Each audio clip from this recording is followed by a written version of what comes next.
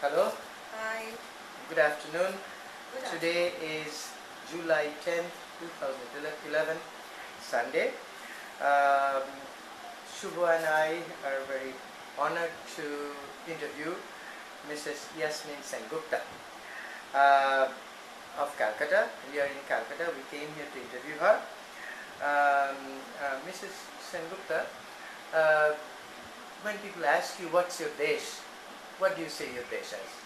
My desh is definitely India, Bengal. Yeah, okay. But my ancestors came from erstwhile East Pakistan. Okay, which place? This is Polton Bazaar, Dhaka. Oh, it's in the city itself. Okay. Have you ever been there? Yes, I have been there, but I have very hazy memories in the sense that I know there is a school body. Okay, There's a pukur, okay, and I was told that my grandfather's father was a deputy collector, okay, and they ran a charitable school. okay. And that was funded by the paddy cultivation which would be sold, and the school was funded with that. What's your grandfather's name? Dr. Rafiuddin Ahmed, he was the founder of the Calcutta Dental College. Calcutta Dental College. Yes, and my grandmother's name is late Aisha Ahmed. Okay. She is from Shatkira, Khulna, Khulna, okay. and she was educated in Bengal, in West Bengal, in Brahmo Girls' School, Brahmo Girls' right School. from the time she was 6 years of age, Okay, in the boarding school. okay, And she was of great help in founding the institution, okay. in the sense that when women would spend money on jewelry, she would save the money given to her by her husband so that they could buy furniture for the hospital. Beautiful. And when my grandfather decided to join the Legislative Assembly on the invitation of Dr. B.C. Roy, they both realized that if he was to serve a different or larger population through his constituency in Degonga, they both decided it would be only fair to give up that hospital to the nation. Okay. And since Dr. B.C. Roy was a very able administrator, he gave up that hospital, and today it is a teaching hospital as it was. And Okay. a lot of the older structure and the furniture still remain. Okay, and it's named after him, right? Yes. So It was a Calcutta Dental College. Now it is named Dr. R. Ahmed. Ahmed, yeah. So you're right. What about your father? What's his name? My father's name is Rafi Ahmed.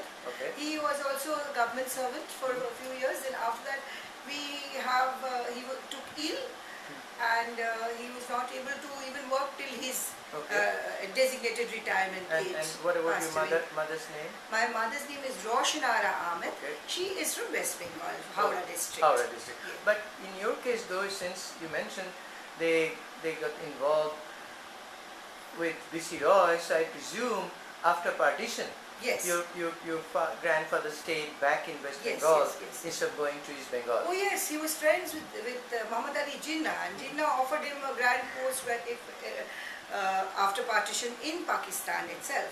But my grandfather neither did my grandmother, believe in the partition of the country on the basis of religion. Okay. So they were very, very vehement against this.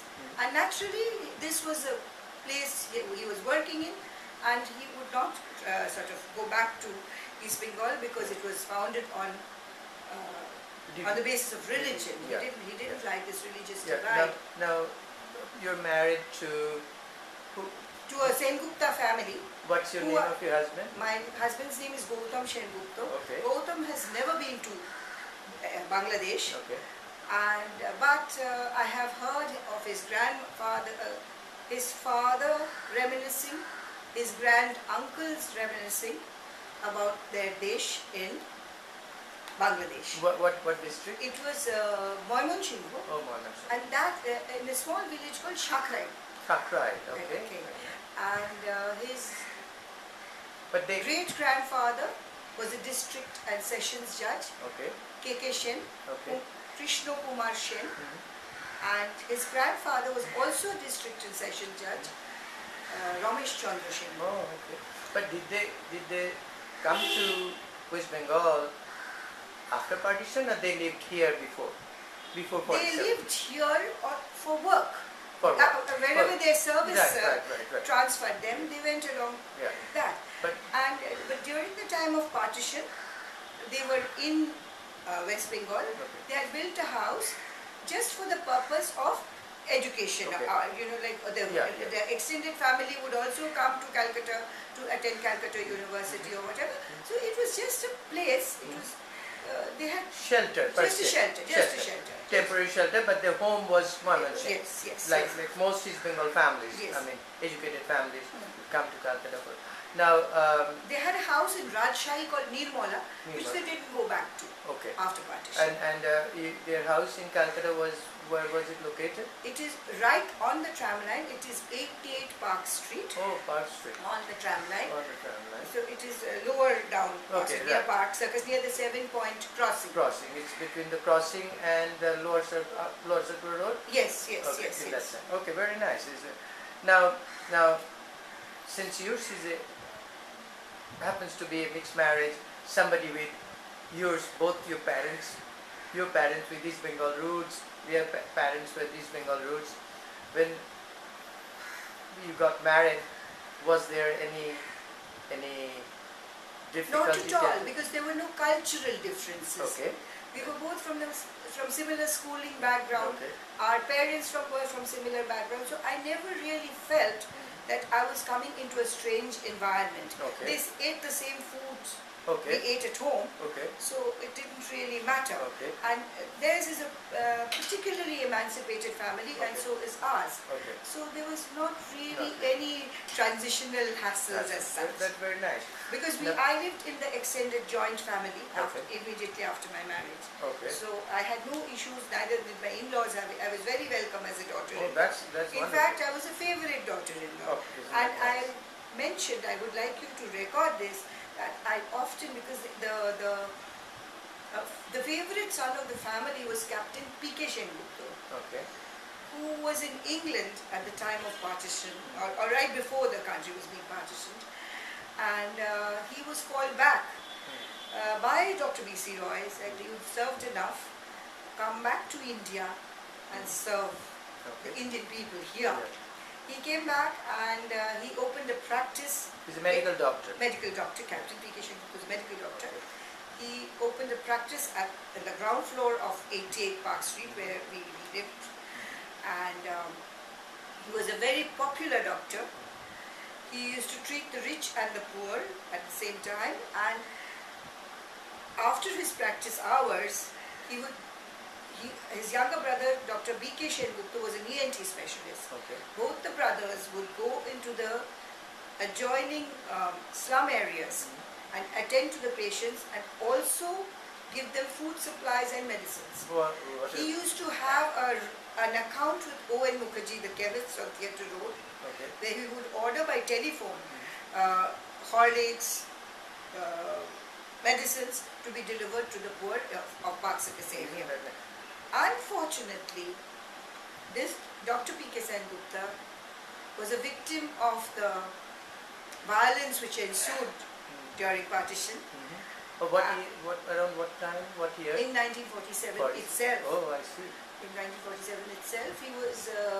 The circumstances was like this.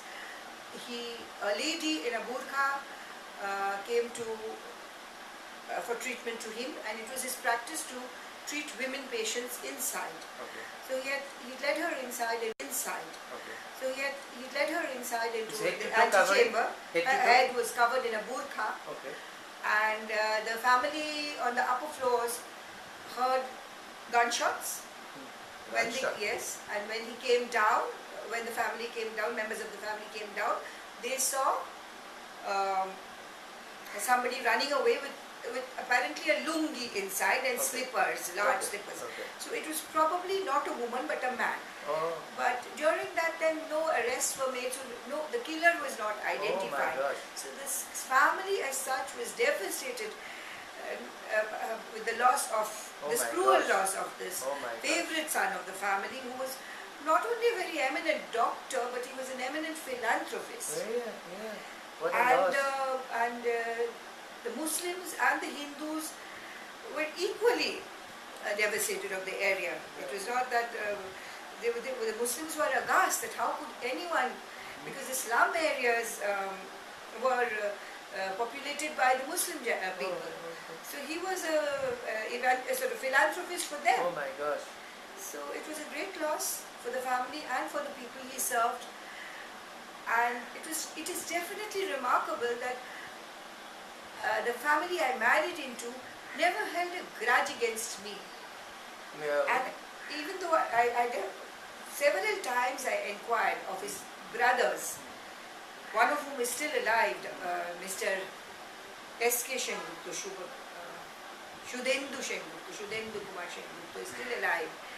And they say, no, we cannot hold anything against you, because what some terrorists did to the family is because terrorists do not have any religion. Yeah. Terrorists are terrorists. Now, Spark Circus is a very mixed area. Yes. Very mixed Hindu-Muslim area, Christians also, Hindi-speaking, Bengali-speaking, Urdu-speaking, English-speaking. Now, have you ever seen any post-partition or any other violence where, because many times tension rose? So was there any other acts of violence that you have seen outside? Yes, I have seen twice. Oh. Once when I was a child, I used to study in South Point High School. South Point, Yes, right here. yes. And perhaps I was in class 1 or 2, I do not remember very clearly.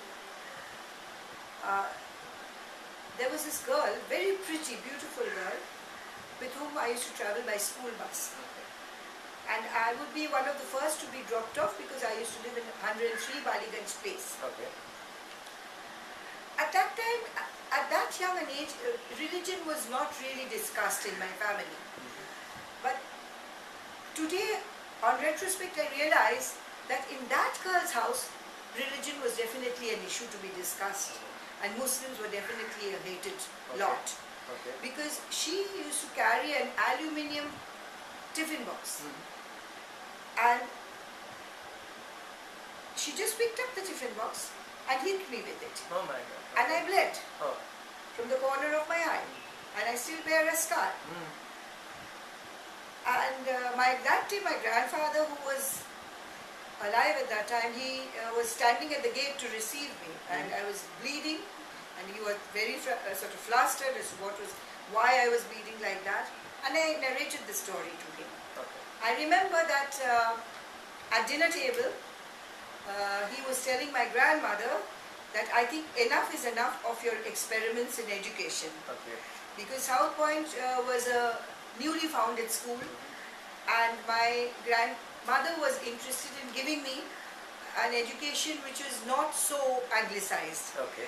So an English medium education, but with Very value of Indian, with a lot of Indian values, and so that I could speak both languages. Yeah. What year approximately was it? This was 1956 born, so it was perhaps 1962 or something like that. 62, okay. 61. And the other one? And again, second, when this was discussed, she was sent to, the family said that it's better you go to the school and sort of discuss this matter. So the girl was asked to come. I really bore no grudge. I just thought it was I felt the pain. I just remembered the pain, but I didn't understand the emotional undercurrents at that age. It was not just a childly prank. It was not a No, childly prank. I remember she said, because my family asked me, why did she hit you? She said, what did she say? So she said, Tumi Mushalman. Oh, I You're see. a Muslim. So that's, of course, it says. So that's what she said. Already brainwashed. So, then after that, when my grandmother went and she was called from her class and I was called from my class, and we both narrated the story. I mean, I had to tell the headmistress what had happened. So, the headmistress told her that she used to have 2 beautiful plaits, and told her that if once more you do it, I'll cut off one of your plaits, so that you remember you did something very wrong.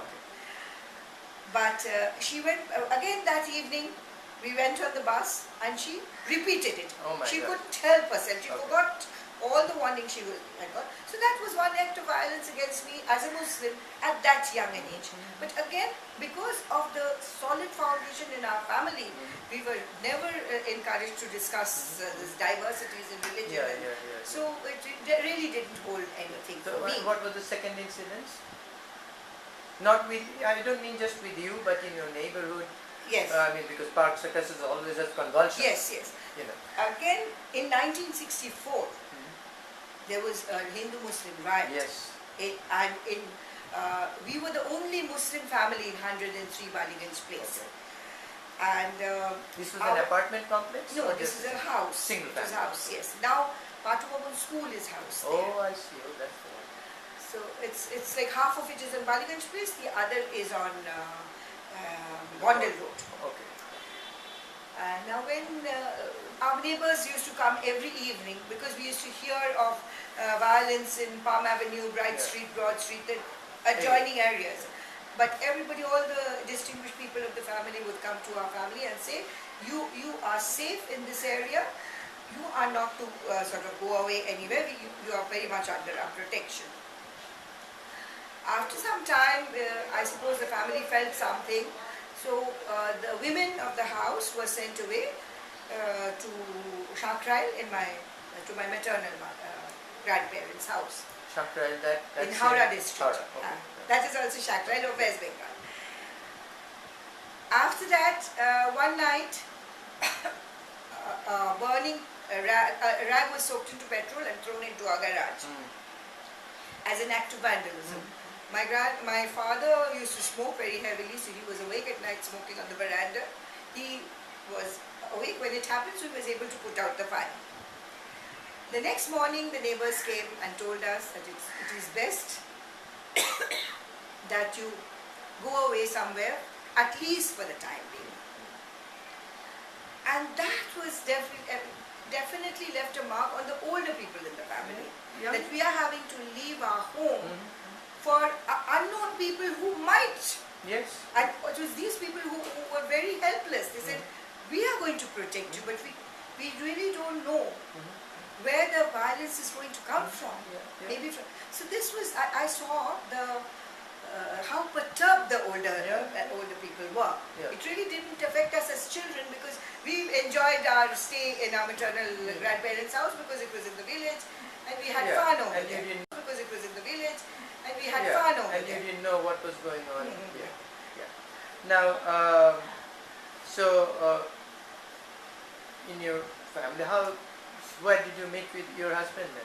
We were sort of a group of people I was friends with, he was also friends with them, and so that's how we met at it. All right.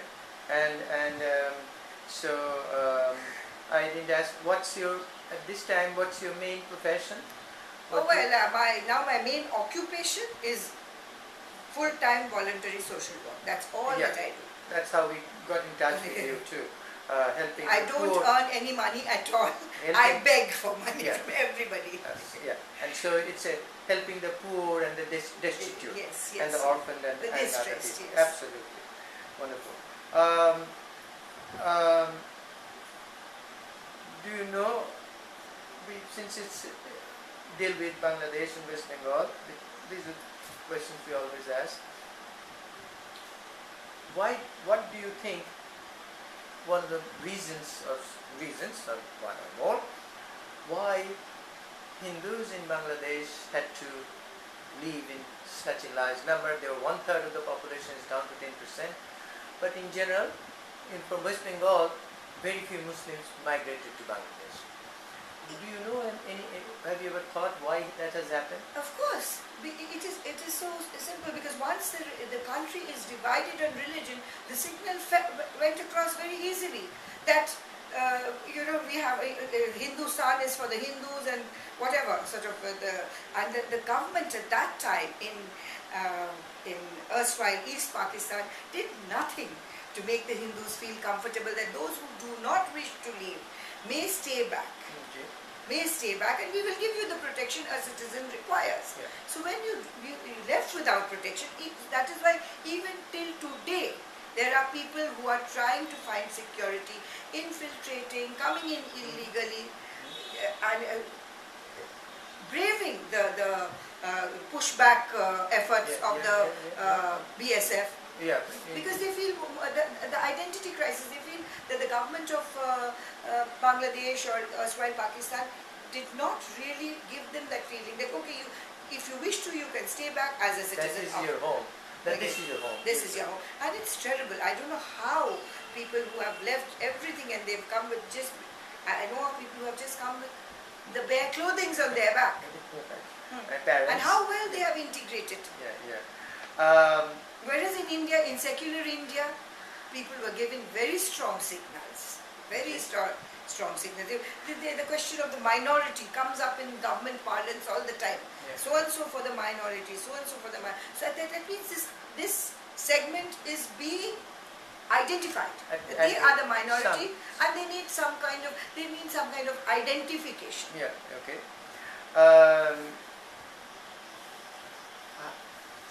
What was your impression when you visited Dhaka after liberation of Bangladesh? Whether Dhaka, I don't know whether you went to Mohammedsingh or when you visited Paltan Bazaar? I did not visit Dhaka after partition. Oh, I see. No. Oh, you did. After creation of Bangladesh. Oh, I had been before that. Yes. So and the parts of Dhaka which I visited were very clean, very green. So I got the impression of a very clean. So when people talked about the poverty in Dhaka, I was not able to assess that. Yeah. As opposed to Calcutta, where you see the poverty and the yes. It's a question probably you should be asking you, but in general, knowing the politics of the subcontinent, India, Bangladesh, Pakistan, and of the divide, I'm almost coming to an end. Do you think can Hindus and Muslims live together? Of course they can. They have. They did. Okay. It was only politics which divided them. Okay. Before Noakhali, before the violence, before the Noakhali killings, those very people lived together very happily.